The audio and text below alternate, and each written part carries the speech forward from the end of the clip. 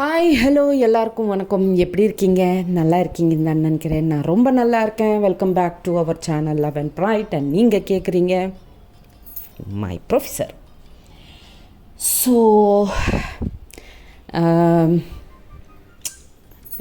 ஏதோ யா கமெண்ட்ஸ் எல்லாமே பார்த்தேன். எல்லாருக்கும் மேக்ஸிமம் நம்பர் ஆஃப் கமெண்ட்ஸ் வந்து லவ் ஸ்டோரி தான் வேணும் அப்படின்னு கேட்டிருக்கீங்க. அண்டு அதுவும் சிஇஓ அண்டு ஸ்டூடெண்ட் நடுவில் ஒரு லவ் ஸ்டோரி அப்படின்னு கேட்டிருக்கீங்க. ஸோ கண்டிப்பாக நான் அது முடிஞ்ச அளவுக்கு நான் அதை ஃப்ரேம் பண்ணுறதுக்கு நான் ட்ரை பண்ணுவேன். அண்டு வெரி ஃப்யூ வந்து த்ரில்லர், சஸ்பென்ஸ் இந்த மாதிரி வேணும் அப்படின்னு கேட்டிருக்கீங்க. ஸோ பார்க்கலாம்.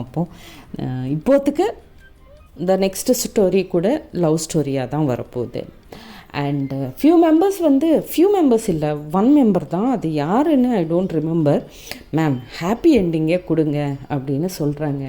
பாருங்கள், நான் ஸ்டோரி சொல்லும்போது இது ஹாப்பி என்டிங்காக இல்லை ஒரு ட்ராஜடி என்டிங்கானது நான் பிளானே பண்ணிக்க மாட்டேன். ஃபஸ்ட்டு நான் ஸ்டார்டிங் இப்படி ஸ்டார்ட் பண்ணலாம் அவ்வளோதான் திங்க் பண்ணுவேன். இது எண்டிங் எப்படி போகுதுன்னது எனக்கு நெக்ஸ்ட் எபிசோடே நான் என்ன சொல்லுவேன்னது எனக்கு ஐடியா இருக்காது. ஸோ அந்த மாதிரி நீங்கள் சொல்லும்போது அப்போ இது கண்டிப்பாக ஒரு நான் ஏதாவது பிளான் பண்ணிக்கிட்டாலும் உங்களை எல்லாருக்காக அது சேஞ்ச் பண்ண முடியாது. ஸோ தெரியாது. ஆல் ஸ்டோரிஸ் எல்லாரோட, அது ரியல் லைஃப்பில் ஆகட்டும் இல்லை எப்படி இமேஜினரி லைஃப்பில் ஆகட்டும், எல்லா ஸ்டோரிஸும் ஹாப்பி என்டிங்காக இருக்காது.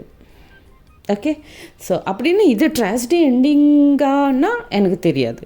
Okay, but very few days like Tuesday R Wednesday maximum இந்த சீரீஸ் கம்ப்ளீட் பண்ணிடுவேன்.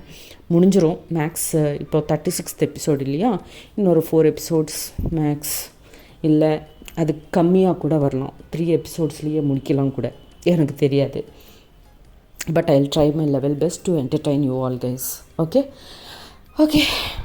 ஸோ ஒரு 2.5 minutes பேசிட்டேன்.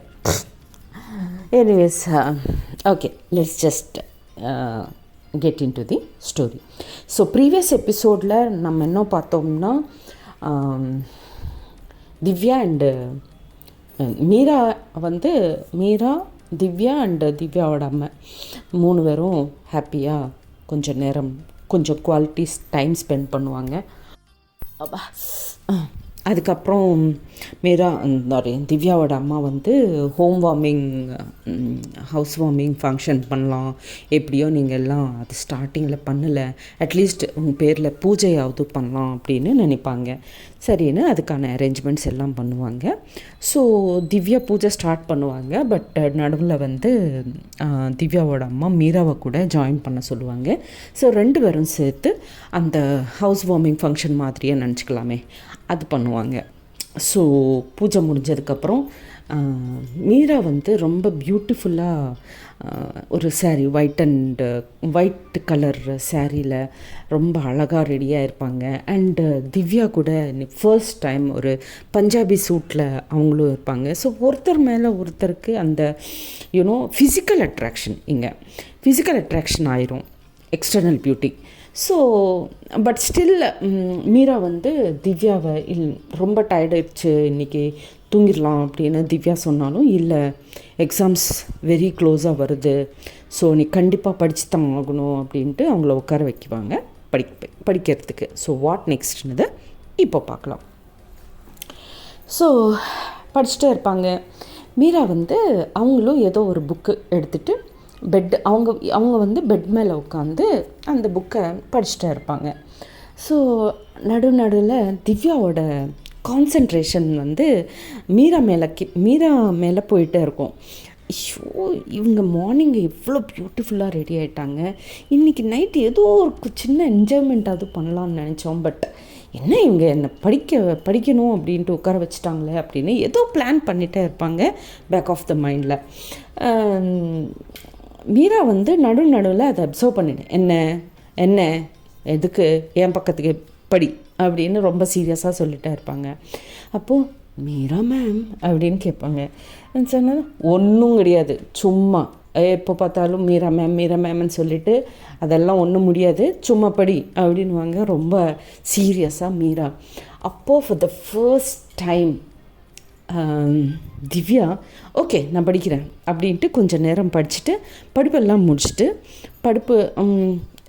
முடிஞ்சிச்சு அப்படின்ட்டு அந்த அவங்க எவ்வளோ டயர்டாகிடுவாங்கன்னா அந்த ரீடிங் டேபிள் மேலேயே அவங்க தலை வச்சுட்டு தூங்கிட்டே இருப்பாங்க. ஸோ மீரா அது கொஞ்சம் நேரம் அவங்க புக் படிச்சுட்டே இருப்பாங்களா, அதெல்லாம் பார்க்கவே மாட்டாங்க, ரொம்ப சின்சியராக அவங்க படிச்சுட்டே இருப்பாங்க. ஸோ திவ்யா பார்க்க என்ன இந்த சத்தமும் இல்லை, ஜென்ரலாக இவ்வளோ கான்சன்ட்ரேட்டடாக கண்டினியூஸாக படிக்கவே மாட்டாங்களே திவ்யா அப்படின்ட்டு சும்மா ஒரு தடவை திவ்யா பக்கம் பார்த்தா அவங்க அந்த டேபிள் மேலே தலை வச்சுட்டு அப்படி தூங்கிட்டே இருப்பாங்க. ஐயோ பாவம் அவ்வளோ டயர்டாயிட்டாங்க இவங்க அப்படின்ட்டு மீரா அவங்க புக்கை பக்கத்தில் வச்சுட்டு ஸோ அவங்க ஏஞ்சிச்சிட்டு சரி திவ்யாவை தூங்க வச்சிடலாம் அப்படின்ட்டு திவ்யா பக்கமாக போயிட்டு திவ்யா அப்படின்னு கூப்பிடுவாங்க. பட் திவ்யா ஆக்சுவலாக அவங்க தூங்கவே இல்லை. வேணும்னே ஒரு சின்ன ஸ்மைல் இருக்கும் ஃபேஸில். திவ்யா அப்படின்னு கூப்பிட்டதும் அப்படின்ட்டு எழுந்திரிச்சிட்டு பார்த்து என்ன அப்படின்னு, ஓ அப்போ நீ தூங்கலையா அப்படின்னதும் நான் தூங்கலை, நீங்கள் வருவீங்களா இல்லையான்னு பார்த்துட்டே இருக்கேன் அப்படின்வாங்க. யூ அப்படின்னதும் எஸ் இட்ஸ் மீ அப்படின்வாங்க திவ்யா. சரின்னு கோவத்தில் மீரா அப்படின்ட்டு மறுபடியும் அவங்க பெட் சைடு வாக் பண்ணிகிட்டே இருக்கும்போது திவ்யா மீராவோட கையை பிடிச்சிட்டு இழுத்துருவாங்க அவங்க பக்கமாக. இழுத்துனதும் ரொம்ப க்ளோஸாக வந்துடுவாங்க மீரா திவ்யாவுக்கு. வந்ததும் அந்த ஹேர் அப்படியே மூஞ்சி மேலே வந்துடும், ஃபேஸ் மேலுக்கு வந்ததும் திவ்யா ஸ்லோவாக அந்த ஹேர்ஸை ஸ்லோவாக ஒரு ஃபிங்கர் யூஸ் பண்ணிவிட்டு அப்படியே ஸ்லோவாக எடுத்துகிட்டு அவங்க இயர்ஸ் பின்னாடி அட்ஜஸ்ட் பண்ணுவாங்க. பண்ணிவிட்டு for the first time Divya மீராவை மீரா அப்படின்னு கூப்பிடுவாங்க. கூப்பிட்டதும் மீராவோட ஹார்ட் பீட்டு சட்டன்னாக ரேஸ் ஆயிரும். ஏய் இப்போ நீ என்ன கூப்பிட்ட அப்படின்னு கேட்பாங்க. மீரா சொன்னதும் நானா உங்களையா மீரா அப்படின்னு கூப்பிட்டேன் அப்படின்வாங்க. திவ்யா சொன்னதும் ரொம்ப ஷையாக ஃபீல் பண்ணுவாங்க மீரா. பண்ணதும் ஹே என்னாச்சு பிடிக்கலையா உங்களுக்கு அப்படின்னு மேம்னே கூப்பிட்டுமா அப்படின்ட்டு திவ்யா சொல்லுவாங்க. சொன்னதும் மீரா ரொம்ப பிடிச்சிருக்கு, இப்படியே கூப்பிடலாம்ல அப்படின்னு கேட்பாங்க மீரா. ஓ அப்போது உங்களுக்கு நான் மீரா அப்படின்னு கூப்பிட்டா ஓகேவா அப்படின்னு கேட்பாங்க. நல்லா இருக்கு அப்படின்வாங்க மீரா. சரின்னு அப்போது ஸ்லோவாக ஒரு பியூட்டிஃபுல் ஐ கான்டாக்ட் ஆயிரும். அதுக்கப்புறம் சியூனோ மார்னிங்லேருந்து அவங்க ஃப்யூ எமோஷன்ஸ் எல்லாம் கண்ட்ரோல் பண்ணிக்கிட்டே இருக்காங்க ரெண்டு பேரும். ஸோ அப்போது அந்த நைட்டு அவங்க ஒரு பியூட்டிஃபுல் குவாலிட்டி டைம் ஸ்பெண்ட் பண்ணுவாங்க போத் ஆஃப் தெம். ஸோ அதுக்கப்புறம் நெக்ஸ்ட் டே மார்னிங் ரெண்டு பேரும் காலேஜ்க்கு போவாங்க. அண்டு இப்போது எஸ்பெஷலி மீரா ரொம்ப பிஸியாகிடுவாங்க. பிகாஸ் எல்லா கிளாஸஸ்க்கும் இவங்க போகிற எல்லா கிளாஸஸ்க்கும் கொஷின் பேப்பர்ஸ் ரெடி பண்ணணும், எல்லாமே பண்ணணும் இல்லையா. ஸோ அவங்க காலேஜில் இருக்கும்போது ரொம்ப பிஸியாக இருப்பாங்க. ஸோ அண்ட் இவங்க கூட சாரி கால் வந்துச்சு. ஸோ எங்கே வரைக்கும் சொன்னேன், ஐயோ ஸோ மீரா ரொம்ப பிஸியாக இருப்பாங்க இன் ப்ரிப்பேரிங் கொஷின் பேப்பர்ஸ், பசங்களை படிக்க வைக்கிறதுல யூனோ இதுலேயே பிஸியாக இருப்பாங்க. அண்டு ஸ்லோவாக நெக்ஸ்ட் வீக்கில் இருந்து திவ்யா கூட பார்ட் டைம் ஜாப்க்கு போயிட்டே இருப்பாங்களே. ஸோ அவங்களும் அவங்க ஜாபை ஸ்டார்ட் பண்ணிடுவாங்க. அவங்களும் ரெகுலராக வெரி ஹார்ட் ஒர்க் பண்ண ஸ்டார்ட் பண்ணுவாங்க ரெண்டு பேரும், மீரா அண்டு திவ்யா. மீரா காலேஜில் ஸ்டூடெண்ட்ஸ்க்காக கொஷின் பேப்பர்ஸ் ரெடி பண்ணுறது, அவங்கள படிக்க வைக்கிறது, டல் ஸ்டூடெண்ட்ஸை அவங்க மேலே ரொம்ப கான்சென்ட்ரேட் பண்ணுறது, யூனோ ஆல் திஸ் காலேஜில் ரொம்ப பிஸியாக இருப்பாங்க. வீட்டுக்கு வந்ததுக்கப்புறம் திவ்யா எப்படியோ 9 வரைக்கும் வரமாட்டாங்க. ஸோ அவங்களுக்காக நோட்ஸ் ப்ரிப்பேர் பண்ணுறது, அவங்க என்ன படிக்கணும் என்ன படிக்க இது யூனோ தட் அந்த டைம் டேபிள் ப்ரிப்பேர் பண்ணுறது அவங்களுக்காக, இதெல்லாம் அவங்க பண்ணிகிட்டே இருப்பாங்க. அண்டு ஸ்டார்டிங்கில் வந்து நம்ம மீராவுக்கு குக்கிங் வராது இல்லையா. ஸோ திவ்யா வந்து அவங்களுக்கு cooking day by day cooking அவங்களுக்கு கற்றுக் கொடுத்துட்டே இருப்பாங்க. ஸோ ஒரு ஃபைன் டே அவங்களுக்கும் நல்லா குக்கிங் வந்தாச்சு. ஸோ இப்படியே அவங்க டேஸ் போயிட்டே இருக்கும். அண்டு சம்டைம்ஸ் வந்து அப்பப்போ நடுவில் மீரா அவங்க வீட்டுக்கு போகிறது வர்றது இந்த மாதிரி போயிட்டே இருக்கும். ஒரு நாள் இப்படியே ஹாப்பியாக ஒரு Sunday Meera, Divya and Aadhya and Rahi market jolly ட்ரிப்னால் ஒரு பிக்னிக் மாதிரி போவாங்க.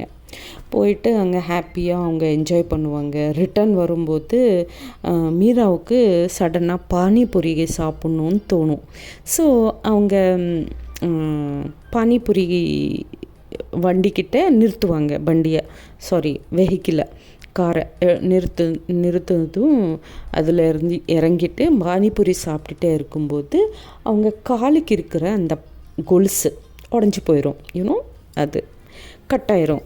அப்போது அந்த கொலுசை பார்த்துக்கிட்டே மீரா வந்து ரொம்ப டல்லாகிடுவாங்க. பிகாஸ் நான் ஆல்ரெடி சொன்னேன் தட் மீராவுக்கு காலு கொலுசுனால் ரொம்ப இஷ்டம்ன்ட்டு. ஸோ ஐயோ என் கொலுசு அப்படின்ட்டு ரொம்ப ஃபீல் ஆகிட்டே இருப்பாங்க.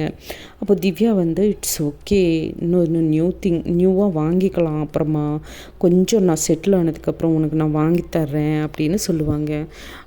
சரி ஓகே, பட் எனக்கு ரொம்ப இஷ்டம் இல்லை அப்படின்னுவாங்க மீரா. நான் சொல்கிறேன்ல வெரி சூன் நான் உங்களுக்கு வாங்கித்தர்றேன், கொஞ்சம்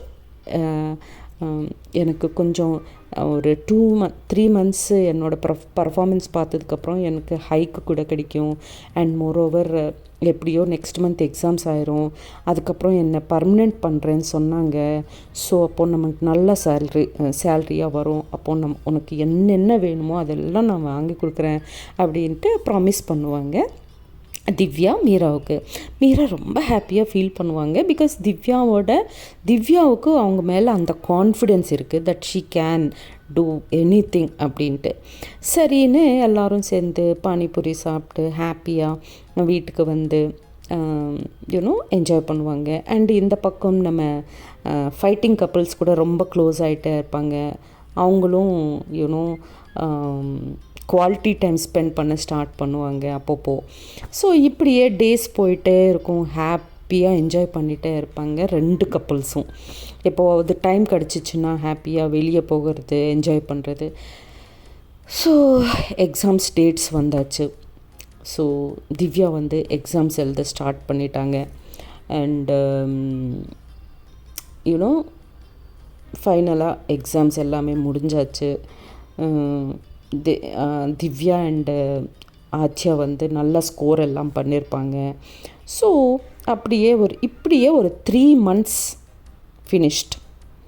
ஸோ அப்படி திவ்யா வந்து டிகிரி கம்ப்ளீட் ஆகிட்டு அவங்களுக்கு சர்டிஃபிகேட்ஸ் கூட வந்துட்டு அவங்க நல்ல ஜாபில் கூட ஜாயின் பண்ணிவிட்டு ஹாப்பியாக லைஃப் போயிட்டே இருக்கும். ஸோ ஒரு நாள் மீராவோட பேரண்ட்ஸ் வந்து மீராவை ஃபோன் பண்ணி கூப்பிடுவாங்க. அம்மா இன்றைக்கி காலேஜ்லேருந்து ஆக்சுவலாக 3 months எப்படியோ ஏதோ ஒரு எக்ஸ்கியூஸ் சொல்லிவிட்டு திவ்யாவோட அம்மா மீராவை திவ்யா கிட்டேயே இருக்கிற மாதிரி பிளான் பண்ணுவாங்க. பட் 3 months அப்புறம் மீராவோட பேரண்ட்ஸ் வந்து மாப்பிள்ளை பார்க்க ஸ்டார்ட் பண்ணுவாங்க. ஸோ அதுக்கு தான் திவ்யாவோட அம்மாவுக்கு கால் பண்ணுவாங்க. மீராவோட அம்மா கால் பண்ணிவிட்டு, சாரிடி நீ 1 monthன்னு சொன்ன, பட் 3 months ஆச்சு. இனிமே மீராவை அவங்க அப்பா வந்து நம்ம வீட்டுக்கு வர சொல்லிடு, போதும் அவங்களுக்கு ஹெல்ப் பண்ணது, மாப்பிள்ளை பார்க்கணும் இனிமேல். ஸோ அவங்க தனியாக எங்கேயோ இருக்காங்கன்னு தெரிஞ்சால் மாப்பிள்ளை வர்றது ரொம்ப கஷ்டமாயிரும். ஸோ அப்படின்ட்டு பேசுகிறாங்க. ஸோ அதுக்கு தான் ஐம் சாரி, இனிமேல் மீரா திவ்யா கிட்டே இருக்க முடியாது அப்படின்னது ஒரு வார்த்தை திவ்யாவோட அம்மாவுக்கு சொல்லுவாங்க. ஸோ திவ்யாவோட அம்மாவுக்கு என்ன பண்ணணும்னு தெரியல. பிகாஸ் ஆஸ் எ பேரண்ட்ஸ் அவங்க நினைக்கிறது கூட கரெக்டு தானே அப்படின்னு நினச்சிட்டு ஓகே நோ ப்ராப்ளம், திவ்யாவை இனிமேல் நானே பார்த்துக்கிறேன், ஏதோ நானே போய் அவங்கக்கிட்ட பேசுகிறேன் ப்ளீஸ் அப்படின்னு சொல்லுவாங்க. And thank you very much. ஒரு 1 மந்த்துன்னு சொன்னேன், பட் 3 months ஆச்சு, அதுக்கும் நீங்கள் சப்போர்ட் பண்ணியிருக்கீங்க, அதுக்கு தேங்க்யூ வெரி மச் அப்படின்னு சொல்லுவாங்க. சொன்னதும் okay it's okay no problem அப்படின்ட்டு சொன்னதும் சரி அப்படின்னதும் மீராவோட அம்மா மீராவுக்கு கால் பண்ணுவாங்க. கால் பண்ணிவிட்டு சொல்லுவாங்க தட் நான் திவ்யாவோட அம்மா கிட்டே பேசிட்டேன், இனிமேல் நீ திவ்யா வீட்டுக்கு போக வேண்டிய அவசரம் இல்லை, நீ ஈவினிங்கு உன் லக்கேஜ் எல்லாமே பேக் பண்ணிக்கிட்டு நம்ம வீட்டுக்கு வந்துரு அப்படின்னு சொல்லுவாங்க. சொன்னதும் மீரா ரொம்ப டல்லாகிடுவாங்க. பிகாஸ் இத்தனை நாளாக 3 months-ஆக ஒரு மேரீட் லைஃப் மாதிரி தான் அவங்க, மேரீட் கப்புள்ஸ் மாதிரி தான் அவங்க வாழ்ந்துகிட்டே இருக்காங்க. தனியாக ஏர்லி மார்னிங் ஏந்திரிக்கிறது, ஒருத்தருக்காக ஒருத்தர் சமையல் பண்ணிக்கிறது, ரெடி ஆகிறது, திவ்யா அவங்கள ஆஃபீஸ்க்கு அவங்க காலேஜ் கிட்ட ட்ராப் பண்ணுறது, அவங்க ஆஃபீஸ்க்கு போகிறது, you know it was like. And evening மறுபடியும் வந்து குவாலிட்டி டைம் ஸ்பெண்ட் பண்ணுறது, நைட் ஆனதும் யூனோ தட் அந்த romance, you know all that everything இப்படியே போயிட்டே இருக்கும்போது சடனாக நீ நம்ம வீட்டுக்கு வந்துடு அப்படின்னு சொன்னதுக்கப்புறம் மீரா ரொம்ப டிசப்பாயிண்ட் ஆயிடுவாங்க. அண்ட் இது திவ்யாவுக்கு எப்படி சொல்லணும்? அம்மா வந்து வீட்டுக்கு வர சொல்லிட்டாங்க, ஸோ நான் வீட்டுக்கு போயிடுவேன் அப்படின்னு அவங்களால எப்படி சொல்கிறது? அவங்க ரொம்ப ஹர்ட் ஆயிடுவாங்க எப்படி அப்படின்ட்டு மீரா யோசிச்சுட்டே இருப்பாங்க. இதுக்குள்ளே திவ்யா காலேஜ்க்கு வந்துடுவாங்க. வந்ததும் திவ்யா கேட்பாங்க மீராவை, என்னாச்சு, ஏன் அப்படி டல்லாக இருக்கீங்க அப்படின்னு கேட்பாங்க. அப்போது மீரா வந்து இல்லை, அம்மா வந்து ஒரு 1 week வீட்டுக்கு வர சொன்னாங்க, நான் ஒரு 1 week என் வீட்டில் இருந்து வந்துடுறேன் அப்படின்னு சொல்லுவாங்க. சொன்னதும் ஓ அதுக்கு எதுக்கு இவ்வளோ டென்ஸாக இருங்க, எதுக்கு இவ்வளோ திங்க் பண்ணுறீங்க, இட்ஸ் ஓகே, உங்கள் வீட்டுக்கு நீங்கள் போகிறீங்க, இட்ஸ் ஓகே, அம்மா அப்பா கூட இருக்கணும் இல்லையா, இட்ஸ் ஓகே நோ ப்ராப்ளம், நான் மேனேஜ் பண்ணிக்கிறேன் அப்படின்னு சொல்லுவாங்க. ஸோ ஆக்சுவல் ட்ரூத்தை ஹைட் பண்ணிடுவாங்க மீரா. பிகாஸ் சொன்னால் அவங்களும் ஃபீல் ஆயிடுவாங்க, டல் ஆயிடுவாங்க அப்படின்ட்டு. சரின்னு சொன்னதும் சரி அப்போது நோ ப்ராப்ளம், நான் உங்களை உங்கள் வீட்டிலையே ட்ராப் பண்ணிவிட்டு நம்ம வீட்டுக்கு நான் தனியாக போயிடுறேன் அப்படின்வாங்க. சரி அப்போது அப்படின்ட்டு லக்கேஜ் எதுவும் எடுத்துகிட்டு வர மாட்டாங்க மீரா. ஜஸ்ட் அப்படியே காலேஜ்லேருந்து டைரெக்டாக மீரா வீட்டுக்கு போயிடுவாங்க. மீரா போனதுக்கப்புறம் ட்ராப் பண்ணதும் ஹேய் அப்படியே போகிறேன், வா வீட்டுக்குள்ளே, எதுவும் சாப்பிடல, நான் காஃபி ப்ரிப்பேர் பண்ணி கொடுக்குறேன், கொஞ்சம் ஏதாவது ஸ்நாக்ஸாவது சாப்பிட்டுட்டு போ அப்படின்னு சொல்லுவாங்க மீரா. சொன்னதும் இல்லை நான் கூட ரொம்ப டயர்டாயிட்டேன், நான் வரையில் ஏதோ ஒன்று எடுத்துகிட்டு போயிடுவேன், சாப்பிட்டுட்டு தூங்கிடுவேன், ஓகேவா சாரி அப்படின்வாங்க திவ்யா. சொன்னதும் இட்ஸ் ஓகே அப்படின்வாங்க. சரின்னு திவ்யா அவங்க வீட்டுக்காக கிளம்பிடுவாங்க. மீரா இவங்க வீட்டுக்குள்ளே வந்துடுவாங்க. வந்ததுக்கப்புறம் அப்போது அவங்க அம்மா, என்னம்மா லக்கேஜ் எல்லாம் எங்கே அப்படின்னதும், அம்மா நான் காலேஜில் இருந்து டைரெக்டாக வந்துட்டேம்மா, இருக்கட்டும் லக்கேஜ் எப்போவோ போய் எடுத்துகிட்டு வரேன், இல்லை திவ்யா எப்போவாவது எடுத்துகிட்டு வந்து கொடுத்துருவாங்க அப்படின்னதும் அப்படியா ஓகே சரி ஃப்ரெஷ் ஆகிட்டு வா, காஃபி கொடுக்குறேன் அப்படின்னதும் சரிம்மா அப்படின்ட்டு அவங்க ரூமுக்கு போயிடுவாங்க. போனதுக்கப்புறம் திவ்யாவோட அம்மாவுக்கு இமீடியட்டாக கால் பண்ணுவாங்க மீரா. கால் பண்ணதும் அவங்க ஆண்டி அப்படின்னு சொல்லுவாங்க. என்னம்மா சொல்லு அப்படின்னு. எங்கே இருக்கீங்க ஆண்டின்னா, நான் திவ்யா வீட்டில் தான், திவ்யா ரூமில் இருக்கேம்மா அப்படின்வாங்க.